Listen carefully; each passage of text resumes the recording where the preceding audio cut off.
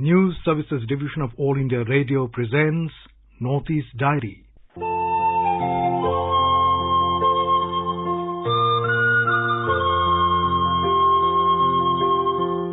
Good evening. Welcome to this edition of Northeast Diary. Here we bring you the latest developments from India's unexplored Northeast region.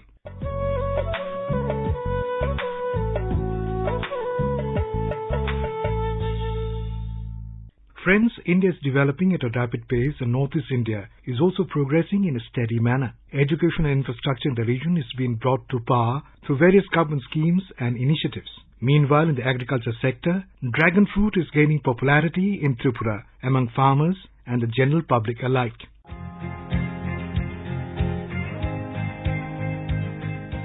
Nagaland got its second railway station on Dhansari-Shokuvi railway line after a gap of more than 100 years since Dimapur station was opened in 1903. Nagaland Chief Minister Nephew Rio officially flagged off the first passenger train service, the Doni Polo Express, from Shokuvi railway station in Chumukedima district on the 26th of August. The Doni Polo Express from Shokuvi railway station used to run daily between Guwahati in Assam and Naharlagun in Arunachal Pradesh. With the extension of Doni Polo Express till Shokuvi railway station now, Nagaland and Arunachal Pradesh will be directly connected by train service. A report. Sukuvi railway station is part of the Dimapur-Zubza railway project. This railway station is an alternative train route for Nagaland and Manipur passenger to Guwahati. General Manager of Northeast Frontier Railway, Mr. Anshul Gupta, said the railways are working around the clock on war footing to connect all the states' capital in a time-bound manner. This is a very proud moment for us as well, for Indian Railways and NF Railway, because we are working round the clock on war foot to connect all the state capitals, time-bound and timelines which have already been decided. And under that, Nagaland is, I think, most important state for us, because this state offers lot of opportunities not only for the residents of this area but for the whole country. With that idea, we are developing all the stations which are likely to come on this route up to Zubza. We have already sent a proposal to undertake a survey from Zubza, New Kohima, Imphal and Aizawl, so that all the states get connected in a loop. And we hope that once this project comes up and railway line gets commissioned, the Northeast will have, I think, one of the most sturdy and important railway routes in India. Mr. Gupta also highlighted that besides the Doni Polo Express, there are plans to introduce new trains, including Rajdhani and Shatabdi trains, and in future, long-distance train from the state of Nagaland. We are committed that the next station, we are working against time, though, but we want to commission Malbom station by March. For that also, I need support of the people of Nagaland so that whatever work we are doing, we are able to commission Malbom in Nagaland by next March or maybe May, April. This is not only that this is the first train, but many such connecting trains will come up now, including Rajdhani, Shatabdi trains as we move ahead up to Zubza and beyond that. And we already connecting 3 states with this train. In future, we will also introduce long-distance trains from the state of Nagaland. Sukuvi railway station has been running freight services by taking stones from Nagaland to various parts of the country and Bangladesh for the past 2 months. For Northeast Diary, this is Asunyo from AIR News, Kohima.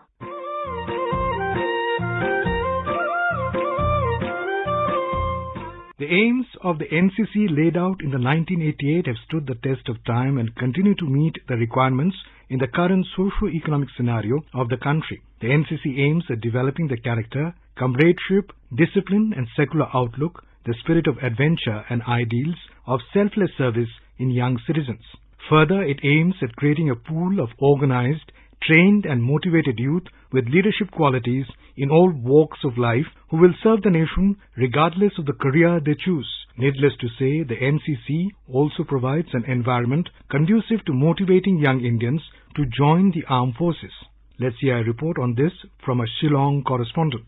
The NCC Directorate of Northeastern Region, located at Shillong, recently had a visit from the Director General of the National Cadet Corps, Lieutenant General Gurbirpal Singh, to oversee the training activities of the cadets and other works taken up by the Directorate. The DG also met the State Education Minister and the Governor of Meghalaya and expressed that the performance of the Directorate has been satisfactory. During his visit, the DG highlighted some of the initiatives taken up by the NCC. He also applauded the high levels of spirit, motivation and dedication of NCC cadets from the Northeastern region. He further said that additional training equipment, infrastructure and funds would be granted to the Northeastern region for further improvement of standards. The NCC contingent from NER performed commendably during the Republic Day Parade and Independence Day celebrations held at New Delhi and won the appreciation of one and all. There are 2-3 programs which NCC is doing. One is Puneet Sagar Abhiyan. And Puneet Sagar Abhiyan NCC, it's slowly turning out to be the world's biggest movement to clean the water bodies of plastic waste. So NCC cadets and also the local population here, wherever they are collecting together in spreading awareness on all the ills of plastic and trying to clean all the water bodies of whatever way they can of plastic. The other initiative what is being done is the Seema Darshan, in which the cadets are being taken close to the border areas. Also, they interact with the forces which are deployed in the border area. They visit them and they see how soldiers there are living. During the visit, he also felicitated cadets of the NER Directorate for their outstanding activities over the years. This is Rustam for Northeast Diary from AIR News Shillong.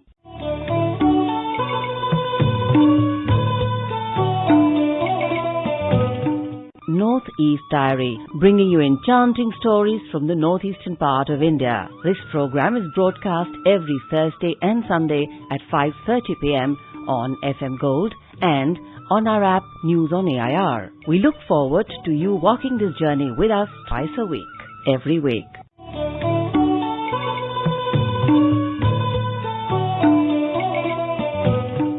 In Mizoram, the state government has recently launched the state's flagship scheme, the Socio-Economic Development Program, SEDP, for the purpose of providing direct monetary assistance to thousands of needy households. Under this program, each beneficiary family will get 50,000 rupees to supplement their existing economic activities. The beneficiaries can also start a venture freshly with this financial assistance. This program will be implemented by several departments as it encompasses over 70 livelihood avenues under different sectors. For more details, let us go to our correspondent from Aizawl.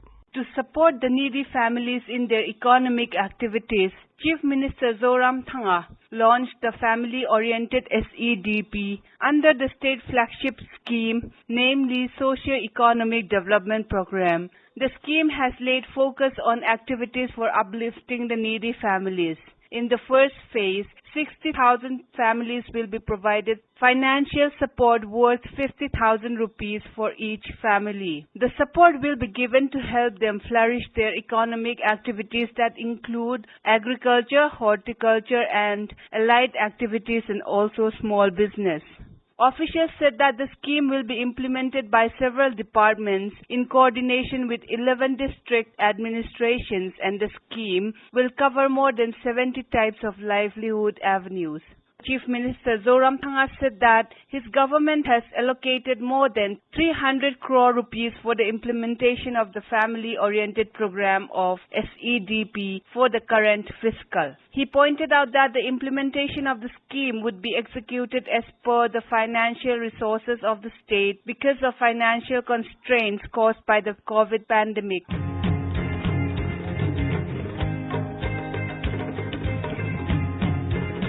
The Chief Minister said that the beneficiaries will soon be given 25,000 rupees as the first installment, which will be credited to their bank account. On the occasion, the Chief Minister also handed over bank checks worth rupees 152.99 crores to the concerned department for the purpose. Officials of the planning department said that the Socio-Economic Development Program SEDP is the flagship program of the MNF government. The SEDP aims at bringing self-sufficiency in food production and improving social life. The program also focuses on increasing the GSDP of the state, improving the economic condition of the general public, creation of employment opportunities. It has given emphasis on creating a favorable business environment and infrastructure development, and also to ensure sustainable development.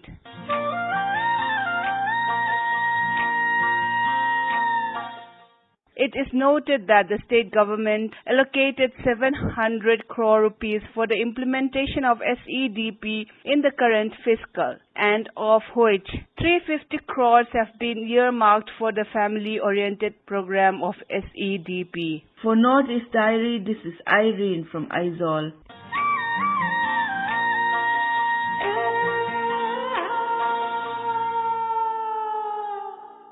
And now we have a story on DU Photo Fest 2022 organized by Dibrugarh University. Our correspondent gives the details.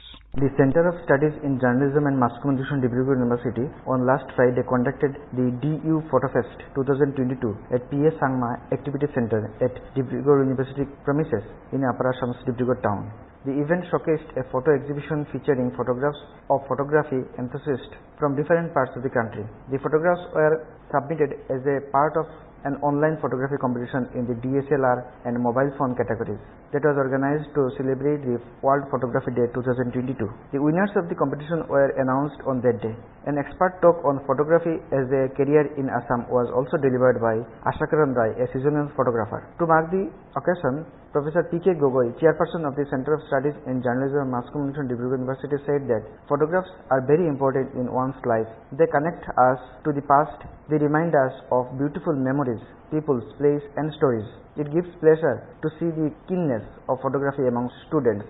Special invitee Ashakaran Rai in his address said, if we set eyes on something and yearn to capture it at once, then we should not let the essence of the moment slip through time. The day-long event that offered a platform for remembrance of remarkable journeys, memorable stories and interactive sessions ended with a vote of thanks from the organizer. For Northeast Diary, this is Pranab Kumar Nath from Dibrugarh.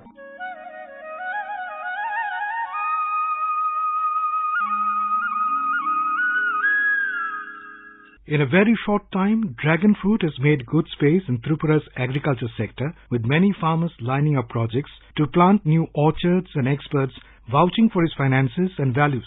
Of late, observing the enormous response, the Tripura government has included the crop under its NG Narega program so that the financial and manpower support can be extended to the farmers.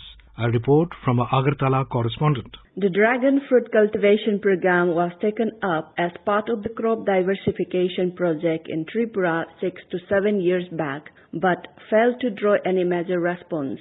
But as soon as the farmers came to know about a great deal of business, the crop succeeded in making its way across the state. Now, dragon fruit orchards are common in Tripura, and in almost every district one can find a scaly spike wielding fruit hanging from prickly branches. Speaking to AIR News, Deputy Director of Tripura Horticulture Research Center, Rajiv Ghosh, said that dragon fruit cultivation was introduced in Tripura as part of the crop diversification program. He said in the initial stage, the farmers saw less interest to accept the crop owing to its look and apprehensions of demand in markets. But soon after they get exposure to the benefits of the crop and its profit proportions, now more and more farmers have come up to practice crop cultivation. The Deputy Director also said the Horticulture Research Center complex at Nagisira in Agartala is providing training on dragon fruit cultivation to eligible farmers through several government schemes. They also provide them seeds, fertilizers, logistic support and makes farmers aware of the research-oriented developments too. Above that, the state government has also included this crop in the Narega Agricultural Land Expansion Program so that farmers can be extended some financial support. For Northeast Diary, this is Rina Nomaitem from Agartala.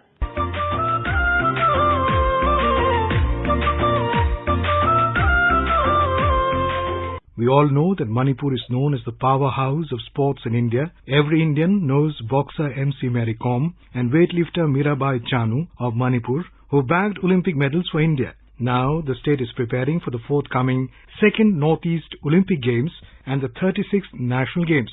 Recently, the second edition of Manipur Olympic Games was held in order to produce excellent sportspersons for this forthcoming grand sports event. We have more from our Imphal correspondent. The 5-day-long second edition of Manipur Olympic Games 2022 was held in Imphal and concluded on Tuesday. Although the state is small in terms of population and area compared to other states, Around 6,000 athletes representing all the districts of the state competed in 34 different sports disciplines in the Games. The opening ceremony of the second Manipur Olympic Games 2022 was held at Mapal Kangjibung of Imphal and attended by the Governor of Manipur and the Chief Minister.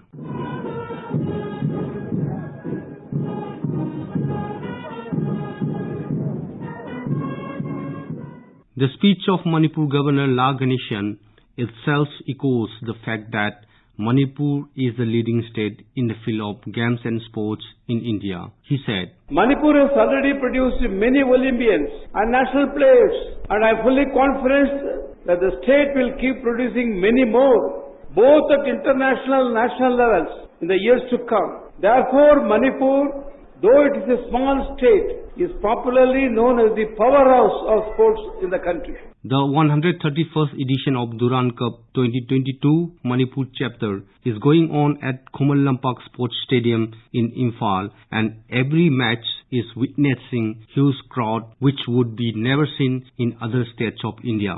Although many sports lovers attended the Manipur Olympic Games 2022, which was held at different playgrounds and sports complex situated in Imphal. AIR News Northeast Diary had a chance to converse with one sports lover, and she said that the people should encourage local sports person, as Manipur is well known to the world because of their sports talent. She said, Hi, I'm S. Sumati and I'm a vivid sports lover. My cousin is participating in the lawn tennis event and I'm coming to encourage him today. Whenever I go outside of Manipur and when people come to know that I am from Manipur, they always ask about MC Mary Kom, Mirabai Chanu and footballer Rene De Singh. And I feel so proud of being Manipuri. Definitely it is true that Manipur is the powerhouse of sports in India, and I wish all our sports person to perform excellently in the forthcoming tournament. High sports spirit and tough competition were seen among the sports person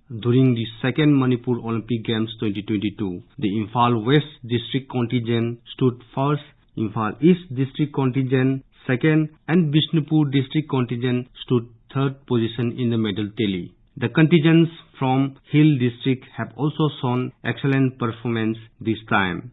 JJ Thoksom, AIR News Northeast Diary from Imphal.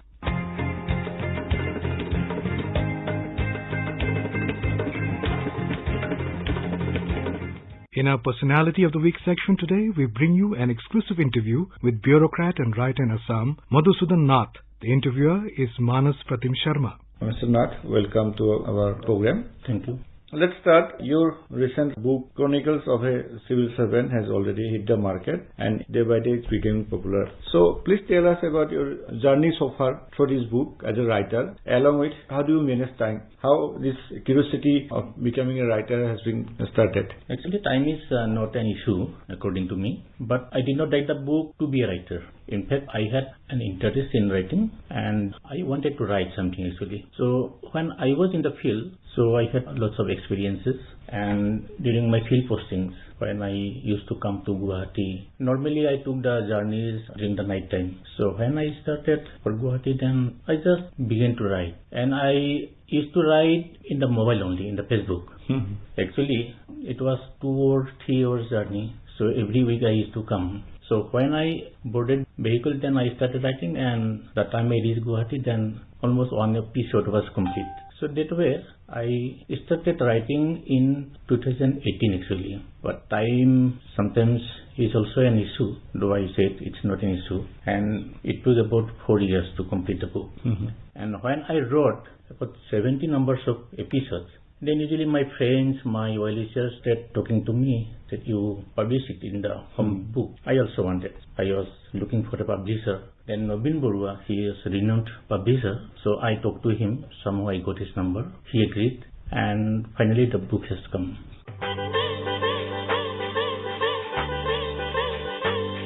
What is the response so far? Response is good. Actually, I did not expect so much of a response. Initially, I thought I was in a dilemma actually, whether it will be accepted by readers or not. But it was a challenge actually for me, and I took the challenge, and finally when the book came out, then even today, before I started for the studio, then one of my friends, he sent a person and asked for 3 numbers of books. So the response is good, and I am inspired actually. As you mentioned, there are 70 episodes. Yes. Precisely 70 articles that have been narrated by you. Your journey so far, wherever you have been posted as a bureaucrat, you have narrated precisely. And one of the salient features of the book is that I have so far completed around 70% of this book. There, your sentence construction, your writing skill is like that. Anyone who has a bit of interest in reading book, you can reach out to them. So, how did you manage this skill? Actually, I am a simple person. So I think my simplicity reflected in writing. So what I think, I'm writing for the readers. So if my writing becomes obscure, if they do not understand it, if they cannot make out of what I'm writing, then it's useless. So what I'm writing for the readers, and the readers, they must understand. Normally I write simple, and this is the reason that the book has been expected, due to the simplicity in style, in writing, language. And one thing, language and literature are 2 different things. But what I feel, if the person writing a book has some degree of command over language and literature, then I think the work gets its perfection.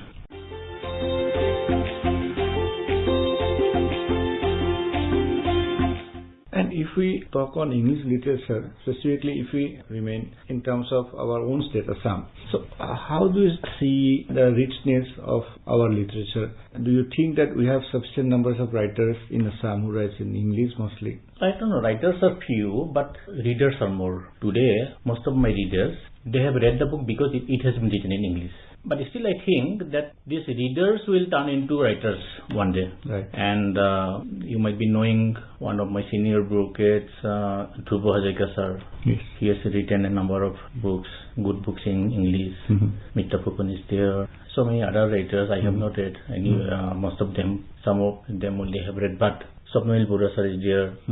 So future is good, I think. Future is bright.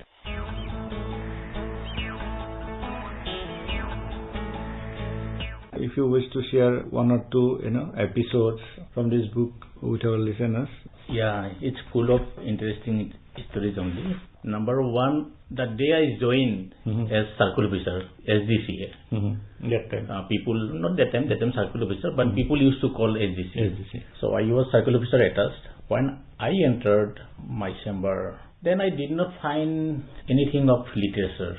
I was a student of English literature. I wanted to actually, after post-graduation, I wanted to do some more serious work on literature. But when I entered my chamber, some petitions came seeking income certificates, Jamabandi copies. Then I was not that expert also. Mostly revenue related. So actually I wanted to come back to teaching at Puthimari College for a few days. Before that I was in the Sentinel as a sub-editor. So I told my senior, I want to go back. I want to teach literature. Then he told me, you will get literature here. You try to get involved. You don't take it as a job. So that's why I started. Then one interesting story I'm telling you. I was circle officer Dudnoi. Then I had applied for earned leave for 2 months, I think. So the sanctioning authority was Commissioner LAD, Lower Assam Division. His office still is just opposite Cotton College. So I went there. At the time, during our time actually, his designation was SA to Commissioner, Special Assistant to Commissioner. And his rank, when we joined, was ESS rank. So we were in the field, we did not know that the ESS post, the SS post was upgraded. So it was actually an ADC sitting in the chair. The signboard, it was SA to Commissioner only. So I did not know also that it was upgraded at that time. So I entered his chamber. Actually, it should have been SO, Special Officer to Commissioner, but the signboard remained the same. So I was put in a dilemma whether the officer sitting before me was senior to me, or your batchmate or junior to you, or my batchmate, or my junior. So whether I should address him as sir or not. So it took a lot of time, and then he wanted to make me understand that he was senior to me. He offered me tea. He wanted to talk to me in this way or that way. I also did not address him as sir, but I was polite to him. I was very much polite because I was also in a dilemma. But sometimes I thought he might be even junior to me also. So that happened, and finally he asked me, who are the ADCs there in Goa? Then when I told the names of the ADCs, then he said, they are all my batchmates in service. So you just imagine what might be my condition.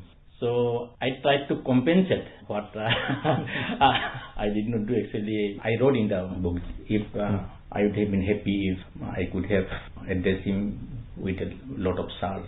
Because and number two, one more is because in brief I'm telling you, when I was SDO Sodor, then I was SDO Sodor Udalguri, and I was then transferred as SDO Civil Kolhapur. On the day of my farewell in the conference hall of DC office, so one of my juniors, he was ESC, so he told me, sir, I congratulate you, we are going to Kolhapur, but the circuit house there is very dangerous, there is haunted. Haunted, you have mentioned that. So you never stay there. Then I told him that where shall I stay? Because I'll have to stay there for about 1 week or 2 weeks till my quarter gets ready. I said, no, sorry, you should not be there because this is dangerous. You'll be in trouble. But I went there, I stayed with my family for about 15 days. So nothing of that sort happened. So these are the episodes actually I wrote. They are based on fact.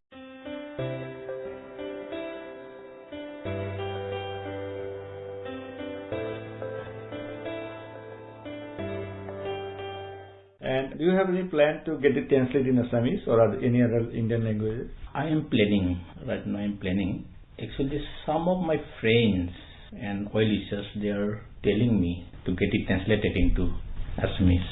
So I can also translate, but I think if it gets translated by some other person, then the person also will get exposure, and I will also get time for some other work. I am thinking to get it translated into Bodo also. So one of my juniors at Cotton College, Komfu Basumatari, so he's now an officer in the railways.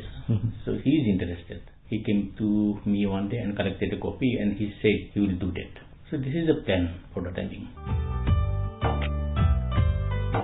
Any future plan specifically in the field of writing that you would like to go through or like to achieve?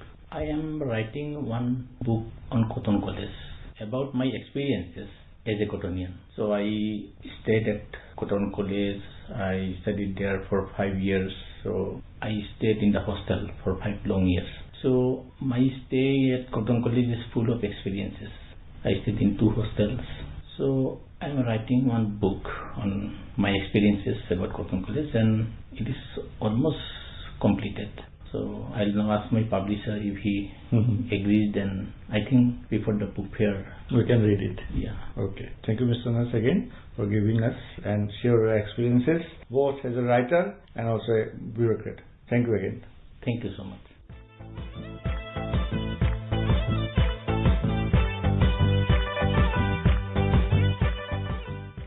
And now let us listen to this melodious song from Tripura sung in Kaubru language. The Kaubru language, which is similar to Kokborok language, is of Tibeto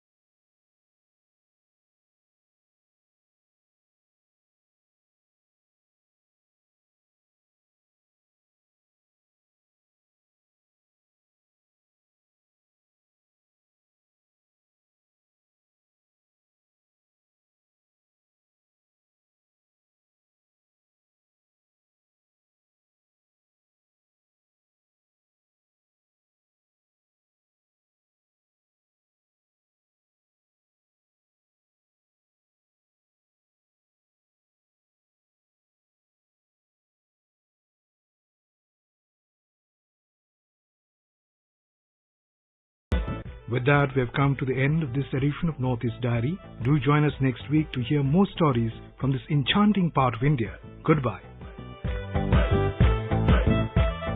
This program was presented by Abhishek Mukhopadhyay, scripted by Suparna Saikia, produced by Sharmila Goswami and assisted by Kamlesh Mudgal.